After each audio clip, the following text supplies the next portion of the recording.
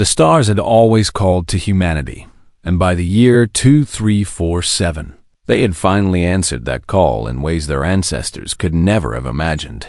Admiral Kim Tae-sun stood on the bridge of the UES Resolute, watching the endless darkness of space. Through the massive viewing window, his ship was one of the finest in the United Earth fleet, and he had commanded her for nearly 15 years through peace and through the occasional skirmish with pirates who thought they could prey on human colonies. Today was supposed to be a routine patrol near the edge of explored space. The mining station on Kepler 442b was extracting rare minerals that Earth needed for its expansion into new star systems. 3,000 workers lived on that station. Along with their families, they were brave people who had left everything behind to build a future among the stars. Lieutenant Park Yuna sat at her communications console, monitoring the usual traffic between ships and stations. She was young but talented, and Tae-sun had personally requested her transfer to his ship. 6 months ago, she had a gift for languages and patterns, and he had a feeling that gift would be important someday. He just did not know how soon that day would come. The first warning came from the sensors. A massive energy signature appeared at the edge of the system, and then another and another. Within seconds, the sensors counted over 50 contacts, all of them larger than anything humanity had ever built. Tae-sun felt his blood run cold, but his voice remained steady when he spoke. Report, he commanded. Lieutenant Park turned to face him, and he could see the fear in her eyes, but also determination. She was scared, but she would not let that fear control her. Sir, we are detecting 53 vessels of unknown origin. They just appeared out of some kind of faster-than-light travel. Their technology does not match anything in our database. Tae-sun walked closer to the main screen and watched as the alien ships took formation. They were beautiful in a terrible way, with sleek hulls that seemed to absorb light rather than reflect it. Each ship bristled with weapons, and he did not need a tactical analysis to know that his single vessel was hopelessly outmatched. Open a channel, he ordered all frequencies. Broadcast our standard first contact package. Park Yuna worked quickly, and the universal greeting that humanity had prepared for this moment went out into the void. It contained mathematical sequences and peaceful imagery, and a simple message of friendship from one species to another. Humanity had dreamed of this moment for centuries. They had imagined meeting other intelligent life and sharing knowledge and culture and hope. They had prepared for the possibility of hostile contact, but they had always believed that reason would prevail. They were wrong. The alien fleet did not respond to the greeting. Instead, the lead ship turned toward the mining station on Kepler 442b and opened fire. Tae-sun watched in horror as beams of terrible energy sliced through the station like it was made of paper. Shields that protected the workers from radiation and debris lasted less than 3 seconds. The hull breach alarms would have sounded, but there was no time for anyone to reach escape pods. 3,000 people died in the span of a single heartbeat. Mothers and fathers and children and workers who had done nothing wrong except exist in the wrong place at the wrong time. No, Yuna whispered, and tears streamed down her face. Tae-sun gripped the railing so hard his knuckles turned white. He had seen death before. He had lost friends and comrades in the line of duty. But this was different. This was murder on a scale he could not comprehend. Sir, the alien fleet is turning toward us, the tactical officer reported with a trembling voice. Should we engage? Engage? Tae-sun almost laughed at the absurdity of the suggestion. His single ship against 53 alien warships would accomplish nothing except adding more human deaths to the toll. No, he said, we cannot win this fight. We need to warn Earth. We need to tell them what happened here. He turned to Park Yuna, who was still crying but had returned to her console. Lieutenant, I need you to broadcast everything we have recorded. Send it to every human ship and station in range. Make sure Earth knows what happened here today. She nodded and began working. Tae-sun looked back at the alien fleet. They had finished destroying the mining station and were now approaching the Resolute with clear hostile intent. He had maybe 5 minutes before they were in weapons range. He made a decision in that moment, a decision that would echo through history. Open a channel. To the alien fleet, he commanded. Sir Yuna looked at him with confusion. They killed everyone I know, but I want them to hear this. The channel opened, and Taesun spoke knowing that his words might be the last thing he ever said. You have made a terrible mistake. Today you killed 3,000 innocent people. People who wanted nothing but peace. People who would have welcomed you as friends. You did not even try to communicate. You simply attacked. He paused and let the anger in his voice build. We gave you a chance. We sent you messages of peace, and you responded with death. So hear me now. You should run. Run while you still can. Because humanity remembers, and humanity does not forgive what cannot be forgiven. He cut the channel and turned to his helmsman. Get us out of here. Maximum speed back to Earth. The Resolute turned and ran using every bit of power her engines could produce. The alien fleet followed, but they did not fire. Instead, they seemed content to let the single human ship escape. Taesun later learned why. The aliens called themselves the Valdorian Empire, and they had conquered 60 species across the galaxy. They let him go because they wanted him to spread fear. They wanted humanity to know what was coming. They thought fear would make humanity surrender. They had no idea what they had just awakened. The journey back to Earth took 3 weeks, and during that time, Taesun barely slept. He reviewed the sensor data again and again, trying to find any weakness. In the alien ships, he talked with his crew and listened to their grief and their anger. Park. Yuna worked constantly analyzing the alien transmissions they had intercepted. She could not understand their language yet, but she was learning every hour. Brought new insights. Sir, she said, one day I think I have figured out their name. They call themselves the Valdorian Empire. Taesun repeated the word with disgust. Conquerors. Yes, sir. From what I can tell, they have been expanding for centuries. They believe they are superior to all other species. They do not negotiate. They do not trade. They simply take what they want. And now they want us. Yuna nodded. Her eyes were dry, now replaced by something harder. Something that looked like determination. When the Resolute finally reached Earth, Taesun was immediately brought before the United Earth Council. The leaders of humanity sat in silence as he told his story, and showed them the recordings of the massacre. When he finished, no one spoke for a long time. Then General Lihana stood. She was a small woman, but her presence filled the room. She had spent her entire life preparing for threats to humanity. And now the greatest threat in history had arrived. Admiral Kim, she said, her voice calm and cold. How long until they reach Earth? Taesun had calculated the answer 100 times, based on their speed and the distance involved. I estimate 3 months.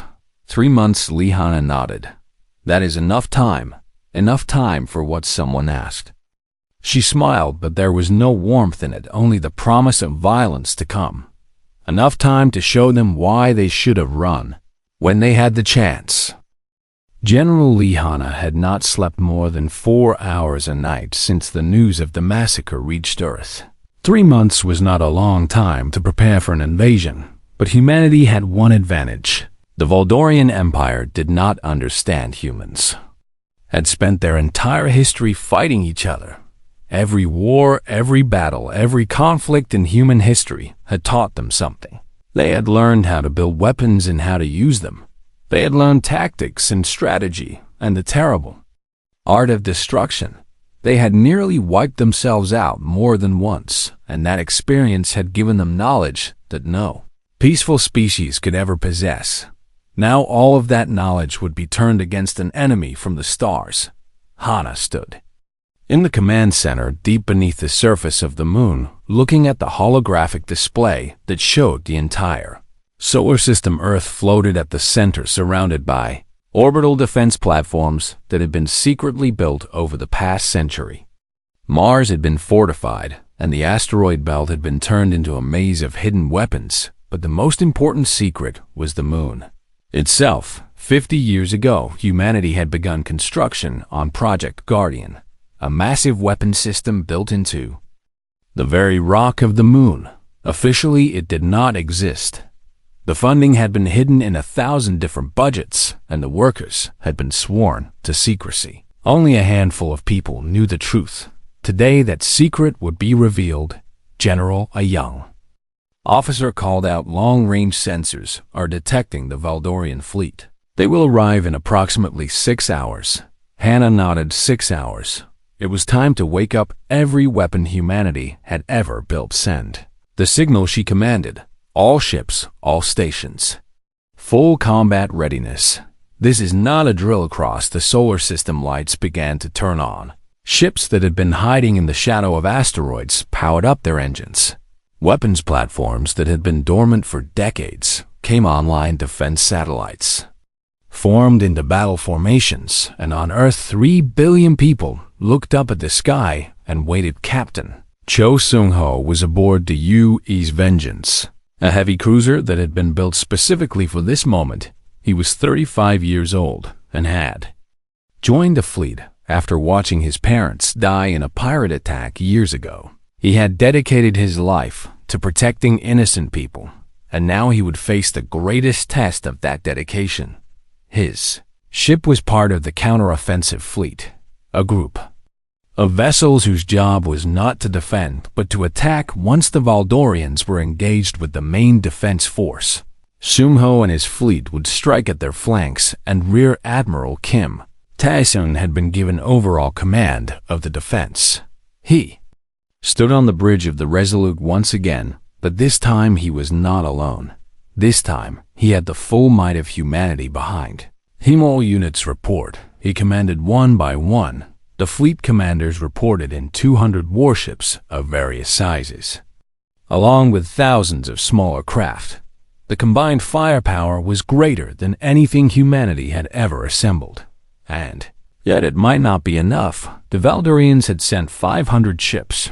Each one was larger and more powerful than anything in the human fleet. Their weapons could cut through shields like they were not there. Their armor could withstand direct hits that would destroy a human vessel. But Tae-sun had learned something in the 3 months since the massacre. He had studied the recordings of the attack, and he had noticed something important. The Valdorians were arrogant. They did not expect real resistance. They had conquered 60 species, and none of them had ever truly fought back. Humanity would be different. The Valdorian fleet entered the solar system with the confidence of predators approaching helpless prey. Their formation was loose and casual. They did not even bother to raise their shields. Why would they? These primitive humans had run from a single engagement. They would surely surrender when faced with overwhelming force. The lead ship broadcast a message in broken human language. Humans, you will submit. Your worlds belong to the Empire. Now resistance is death. Tae-sun smiled. It was not a pleasant smile. This is Admiral Kim Tae-sun of the United Earth Fleet. I have a different message for you. He paused and let the moment stretch. Welcome to Sol the Moon. Fired first. Project Guardian unleashed a beam of energy so powerful it could be seen from Earth. The beam struck the center of the Valdorian formation, and in an instant 20 ships simply ceased to exist. They did not explode. They did not break apart. They were simply gone. Converted into energy and scattered atoms, the Valdorian fleet scattered in panic. They had never encountered a weapon like this. Nothing in their long history of conquest had prepared them for it. But the moon was just the beginning. From the asteroid belt, hidden ships emerged and opened fire. Missiles that had been floating in space for decades activated and streaked toward their targets. Defense platforms around Mars launched volleys of plasma that turned the darkness of space into a storm of light and death. The Valdorians tried to fight back. Their weapons were powerful, and they destroyed dozens of human ships in the first minutes of battle. But for every human ship that fell, 10 more took its place. Humanity had prepared for this moment with the desperate determination of a species that knew it was fighting for survival. Captain Cho Sung-ho led his counteroffensive fleet around the flank of the Valdorian formation. His ships were smaller and faster than the enemy vessels, and they used that speed to devastating effect. They would strike hard and then disappear. Before the Valdorians could respond, hit them again, Sungho commanded as his ship swooped past a damaged Valdorian cruiser. "Make them fear us," his weapons officer fired, and the alien ship broke apart. General Lihana watched the battle from her command center on the moon. The casualties were heavy. Thousands of human lives were being lost every minute, but they were winning. The Valdorian fleet was being torn apart. Status report. She demanded, we have confirmed kills on 237 enemy vessels. Our losses are at 42 ships. Hana did the math in her head. They were trading one ship for every 5 enemy vessels. It was better than she had hoped. Continue the attack. Do not let them regroup. The battle lasted 18 hours. By the end of it, the Valdorian invasion fleet had been reduced to 13 ships that fled into hyperspace. The humans had lost 87 vessels, but they had proven something important: humanity could fight, and humanity could win. Admiral Kim Tae-sun broadcast a message to the fleeing Valdorian ships. His voice was calm, but there was iron underneath it. Tell your emperor what happened here today. Tell him we did not start this war, but we will finish it. Tell him we are coming. The message spread through the galaxy faster than any ship could travel. Species that had been conquered by the Valdorians heard it, and something stirred in their hearts, something they had not felt in generations. Hope back on Earth. The people celebrated, but the military leaders knew the truth. This was just the beginning. The Valdorian Empire was vast and powerful. They would send more ships. They would try again, but now they knew the cost, and now humanity was no longer content to simply defend. 3 days after the Battle of Seoul, General Lee Hana stood before the United Earth Council once again. "We have won the first battle," she said, "but we cannot wait for them to attack again. We must take the fight to them. We must show the entire galaxy that humanity is not prey. We are the predator." The council debated for hours, but in the end they agreed a counteroffensive fleet would be assembled. The largest military force in human history would venture into enemy territory and teach the Valdorian Empire the price of attacking Earth. Captain Cho Sung-ho was promoted to Commodore and given command of a battle group. His orders were simple: find the enemy, destroy their military capability, and show mercy to civilians, because that was what separated humanity from the Empire. Humans could be terrible in war, but they would never become monsters. The hunt was about to begin. Commander Baek Ji-won stood on the bridge of the U.S. Thunder watching as her fleet emerged from hyperspace into Valdorian territory. She was 43 years old, with gray streaks in her black hair and eyes that had seen too much death. She had lost her younger brother in the massacre at Kepler 442b, and she had volunteered for this mission the moment she heard about it. But revenge was not why she was here. At least not the only reason. Ji-won had read the reports about the Valdorian Empire. She knew they had conquered 60 species over thousands of years. She knew they treated their subjects as slaves, working them to death in mines and factories. She knew that billions of beings lived under their cruel rule. She was here to end that. The 7th Strike Fleet consisted of 30 warships, each one loaded with enough firepower to level a city. They had already destroyed 5 Valdorian military bases and liberated 3 colony worlds. The enemy was learning to fear the name Baek Ji-won, commander. "We are approaching the Valder system," her tactical officer reported. "This is one of their core worlds. Heavy defenses expected." Ji-won studied the display. The Valder system contained 4 inhabited planets, including Valder Prime, the agricultural heart of the Empire. Billions of Valdorians lived there, along with millions of slaves from conquered species, and it was defended by a fleet of 100 warships. "We are outnumbered," Ji-won said calmly, "but we are not outmatched. Signal the fleet. Attack." Formation 7. Her ships moved with precision born from months of combat. Each captain knew their role. Each crew member understood what was at stake. They were fighting not just for humanity, but for every species that had suffered under the Empire. The battle began. Voldorian ships rushed to meet the human fleet, confident in their numbers. But they had not fought humans before. They did not understand what they were for. Ji-1 had spent years studying ancient Earth battles from Napoleon to Rommel. To the great admirals of the space age, she had learned that numbers alone did not win wars. Strategy and tactics and the will to fight mattered. More, her fleet did not charge directly into the enemy. Instead, they split into 3 groups. One group engaged the Valdorian center while the other 2 swept around the flanks. The enemy commander tried to adjust, but human ships were faster and more maneuverable. Within 2 hours, the Valdorian defense fleet had been reduced to scattered remnants. Fleeing into deep space, Commander, the tactical officer said, with wonder in his voice, "We lost only 4 ships." They lost 70. Ji-1 felt no joy in the victory. War was not something to celebrate. It was something to end. Move the fleet into orbit around Valder Prime, she ordered, and prepare ground forces for landing. Mom, are we going to bombard the surface? No, Ji-1 said firmly. There are civilians down there, billions of them, including slaves who did nothing wrong. We are here to liberate, not to destroy. Some of our officers exchanged uncertain looks. The Valdorians had shown no mercy yet. Kepler 442b. Why should humanity show mercy now? Because we are better than them. Ji-1 said, as if reading their thoughts. Because the moment we become like them, we lose everything we are fighting for. Landing began. Sergeant Han De-Yun was among the first human soldiers to set foot on Valder Prime. He was 28 years old and had been a medic before the war. He had joined the military after the massacre because he wanted to help people even in the middle of combat. What he found on Valder Prime broke his heart. The cities were beautiful with towering spires and advanced technology, but beneath that beauty was suffering.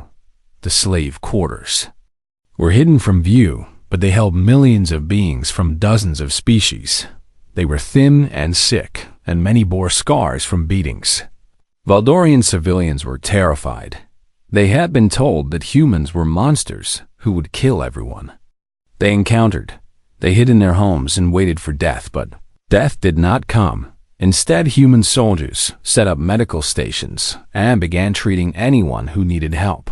De-Yun worked for 36 hours, straight, healing wounds and curing diseases that the Valdorians had deliberately left untreated in the slave population. A young Valdorian child approached him while he was resting. She was maybe 10 years old, with the same gray skin and large eyes as all her species. She looked at him with curiosity mixed with fear. "Why are you helping us?" she asked. "Your people hate you." De-Yun smiled gently. "We do not hate you. Your leaders attacked us, and we defended ourselves. But you are not your leaders. You are just a child, and children deserve kindness no matter where they come from." The girl did not seem to understand. She had grown up in a society where kindness was weakness, where mercy was foolishness. She ran away, but De-Yun noticed that she kept looking. Backward spread quickly through Valder Prime, and then through the entire empire. The humans were not the monsters they had been told about. They were fierce in battle, yes, but they did not harm civilians. They did not enslave the conquered. They did not torture or abuse on other. Valdorian world's beings began to whisper, maybe the empire was wrong. Maybe there was another way. Commander Ji-1 established a temporary government on Valder Prime made up of representatives from all species, including Valdorians, who opposed the empire. She made it clear that humanity was not here to rule them. "We are here to free you," she told the assembled representatives. "What you do with that freedom is up to you. But know this, if you choose peace, humanity will be your friend. If you choose war, we will be your enemy. And you have seen what happens to our enemies." The representatives chose peace.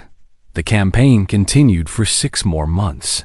The 7th Strike Fleet moved from system to system, dismantling the military infrastructure of the empire. They destroyed weapons factories and shipyards and military bases, but they always protected civilians.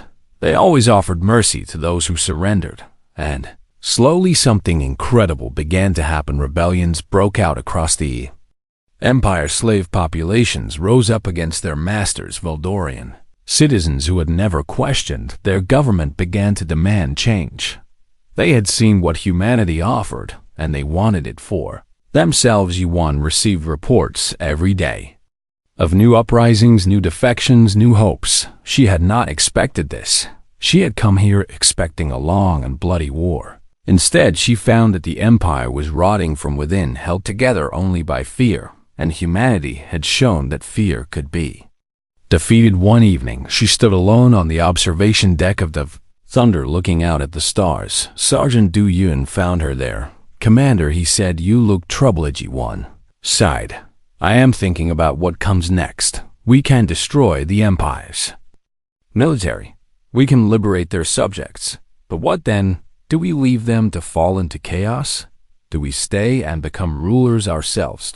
Yun thought about the question for a long moment. "I think," he said slowly, "that we show them what we showed that little girl on Valder Prime. We show them that there is another way to live, that strength does not have to mean cruelty, that power does not have to mean oppression, and if they choose to go back to their old ways, then we will be here to stop them. But I believe most of them want something better. They have just never been shown that better is possible." Ji-won looked at the young medic and smiled. She had chosen well when she brought him on this mission. "Get some rest, Sergeant. Tomorrow we move on the next system." "Yes, Commander." As Du-yun left, Ji-won turned back to the stars. Somewhere out there, the Emperor was planning something. She could feel it. The war was not over yet, but for the first time she believed that humanity would win not just the battles, but the peace that came after. Emperor Krath sat alone in his throne room, staring at the reports that told the story of his empire's collapse. World after world had fallen to the humans or risen up in rebellion. His fleets were scattered and broken. His generals had failed him for 3,000 years. The Valdorian Empire had ruled this part of the galaxy. They had crushed every species that opposed them. They had built monuments to their own greatness that stretched across star systems, and now it was all crumbling because of one small species from an unremarkable planet. Krath refused to accept defeat. He had one weapon left, a device so terrible that his own ancestors had hesitated to use it. The planet killer had been built 1,000 years ago, during a war against a species that had actually managed to fight back. The Valdorians had won that war by destroying the enemy homeworld completely, burning it down to the core until nothing remained but ash and memory. Now Krath would use it again, target the human colony. "World New Sol," he commanded. "It is their largest settlement outside their home system. 2 billion people live there." His advisors looked at each other nervously. One of them stepped forward. "My Emperor, if we destroy New Sol, the humans will never stop. They will hunt us to extinction." Krath smiled. It was not a pleasant expression. "They will try, but without New Sol, their expansion stops. Their economy collapses. They will be too busy rebuilding to continue the war, and in that time we will rebuild our fleets. We will find new allies. We will return stronger than before." Advisors bowed. They knew better than to argue with the Emperor when his mind was made up. The planet killer was activated. Dr. Shin Yunbai was working late in her laboratory aboard the research vessel Horizon when the alert came through. She was 51 years old, a quantum physicist who had spent her career studying exotic energy signatures. Her work was theoretical, mostly the kind of science that might be useful in 100 years, but today her work became very practical. The Horizon was stationed near the outer edge of the new Sol system, monitoring for any Valdorian activity. Yunbai had developed a new sensor array that could detect energy patterns across vast distances. When the planet killer powered up, she was the first to see it. "No," she whispered as the data scrolled across her screen. "This cannot be real." But it was real. The energy signature was massive, larger than anything she had ever seen. It was coming from deep in Veldorian space, and it was aimed directly at New Sol. She ran to the communication center and sent an emergency message to the fleet. Admiral Kim Tae-sung responded within minutes. Dr. Shin, what have you found down by? Explained. As quickly as she could, the planet killer, the energy readings, the target. Her voice shook, but she forced herself to stay calm. There would be time for fear later. How long do we have? Tae-sun asked. Adumbai checked her calculations. 12 hours. Maybe. Less. The admiral was silent for a moment. Then his voice came back steady and determined. We will evacuate as many people as we can. But 2 billion people. There's no way to save them. Moonbai closed her eyes.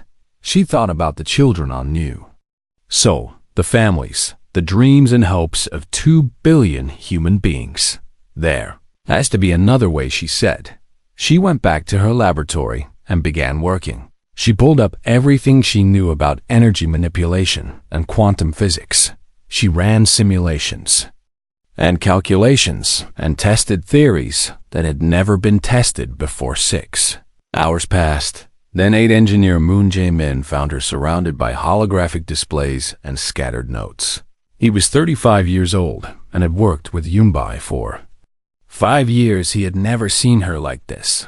Doctor, he said gently, you need to rest. I cannot, Yunbai replied. 2 billion people, Jae-min. I cannot just let them. Jae-min looked at her work, and his eyes went wide. You are trying to redirect the energy. Yes. If we can get a ship close enough to the planet killer, we might be able to create a feedback loop. Turn the weapon's power against itself. That is insane. The pilot would have to fly directly into the energy beam. They would be vaporized. Nambai nodded. I know. She showed him the calculations. The plan was theoretically sound. A small ship equipped with a specially designed deflector could enter the planet killer's firing mechanism and reflect the energy back to its source. The weapon would destroy itself instead of New Sol, but the pilot would have no chance of survival. The energies involved were too vast, too powerful. Even with the best shields in the fleet, the ship would be torn apart in seconds. We need a volunteer, Yunbai, said someone, who's willing to die to save 2 billion lives. I will do it.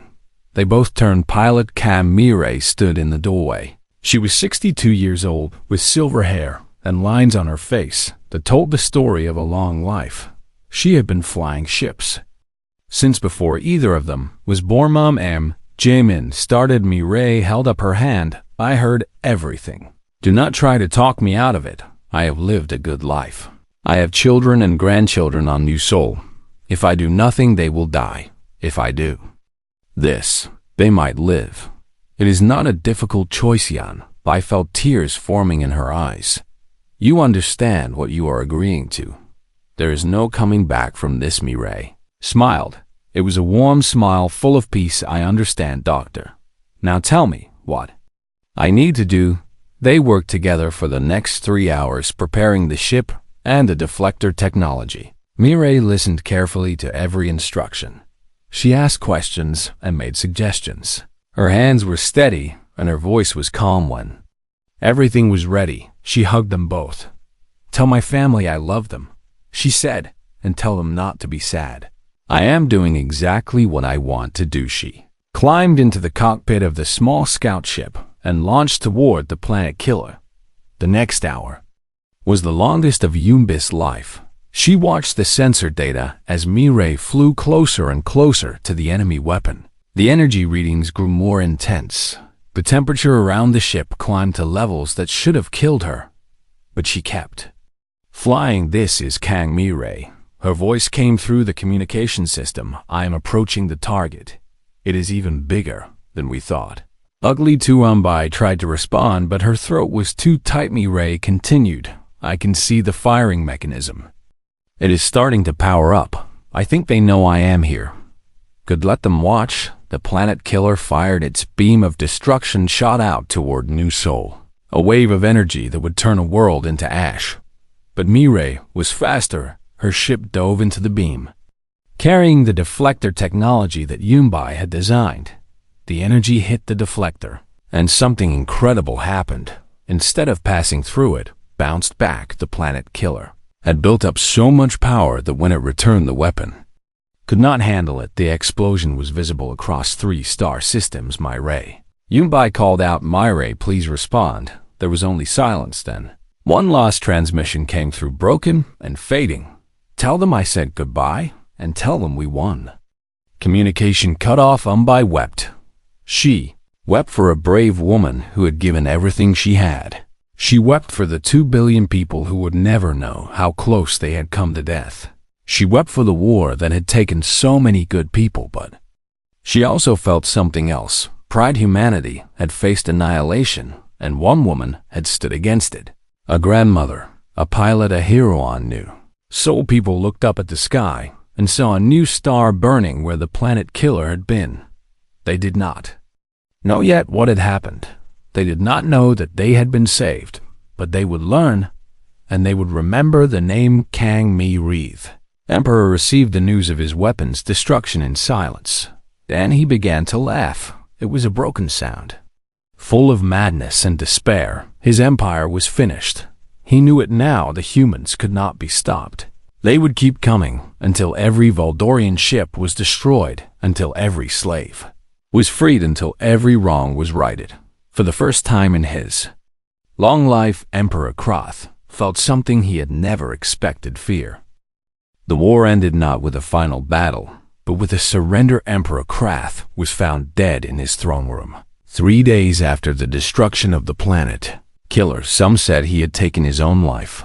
Others said his own guards had killed him when they learned what he had tried to do to New Soul. The truth did not matter. What mattered was that the Valdorian Empire no longer had a leader. The remaining Valdorian military commanders sent messages to the human fleet. They wanted peace. They would accept any terms. Ambassador Yoon Soo-min was given the task of negotiating that peace. She was 55 years old and had spent her entire career building bridges between different human nations.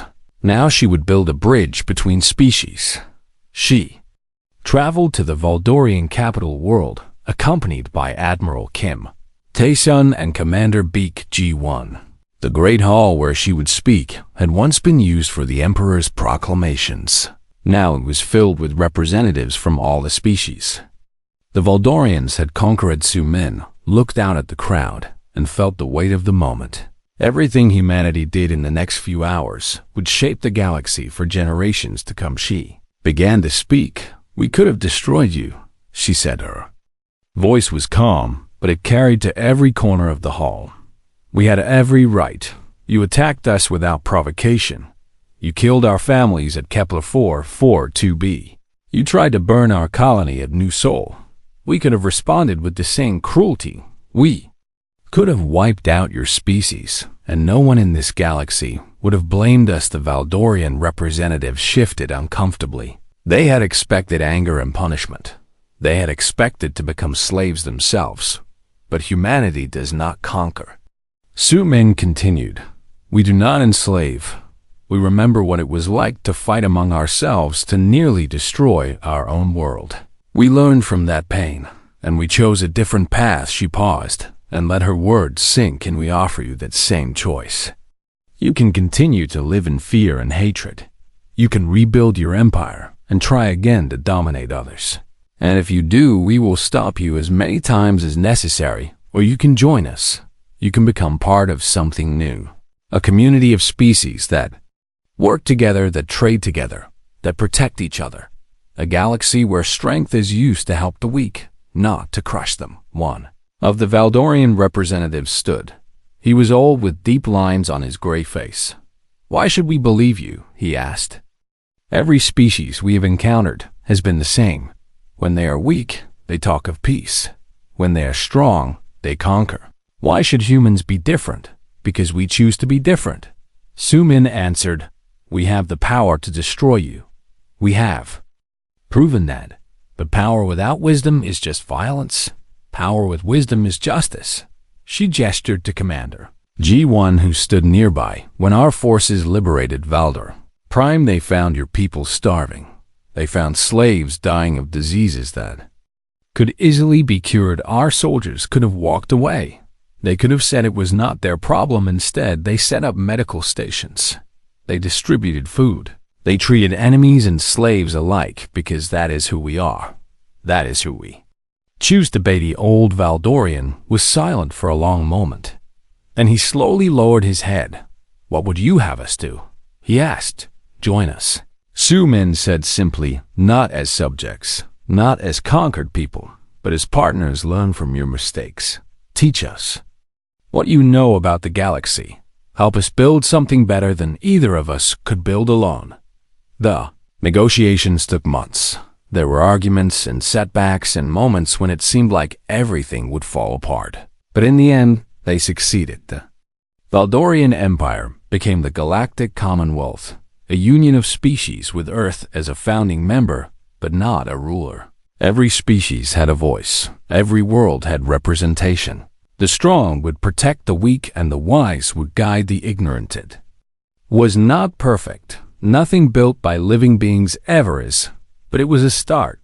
10 years later, Professor Im Hyun-woo stood in a classroom at the Commonwealth Academy, looking out at his students. They came from a dozen different species, human and Valdorian, and many others that had once been enemies. He was teaching history, the history of the war that had almost destroyed everything and the peace that had followed. A young Valdorian student raised her hand. Her name was difficult for humans to pronounce, but she had taken the nickname Luna because she loved looking at moons. Professor Luna said, "Why did humanity not just wipe us out? We would have done it to." Yo Hyun-woo smiled. He had been asked this question many times over the years, and his answer was always the same, because strength is not about what you can do. It is about what you choose to do. He walked to the window and looked out at the campus where students from across the galaxy walked together, studied together, built friendships that would last lifetimes. The Empire opened fire first. Hyun-woo continued. They chose violence and conquest and domination. They believed it made them strong. But real strength is harder than that. Real strength is showing mercy when you have every reason to be cruel. It is building instead of destroying. It is choosing hope over fear. He turned back to face his students. Humanity chose to be better, not because we are naturally good. We have done terrible things to each other throughout our history. We know how easy it is to give in to hate and revenge, but we also know where that path leads. We have walked it before, and we decided we did not want to walk it. Again, Luna nodded slowly. She was young, but Hyun-woo could see understanding in her eyes. "So, what happens now?" she asked. "What do we do with this piece? Our species have built." Hyun-woo smiled. "That is up to you. All of you. You are the future. The children of enemies who have become the friends of tomorrow. What you do with this gift, what you build with your lives, that will determine what the galaxy becomes." He looked at each of his students in turn, human and Valdorian and all the others. War taught us that we can fight, that we can win, that we can survive anything the universe throws at us, but it also taught us something more important. It taught us that the greatest victory is not destroying your enemy. It is turning your enemy into a friend. Class was dismissed, and the students filed out, talking among themselves in half a dozen languages. Hyun-woo watched them go and felt something he had not felt in years. Hope outside the academy. The city stretched toward the horizon. A city built by many species working together.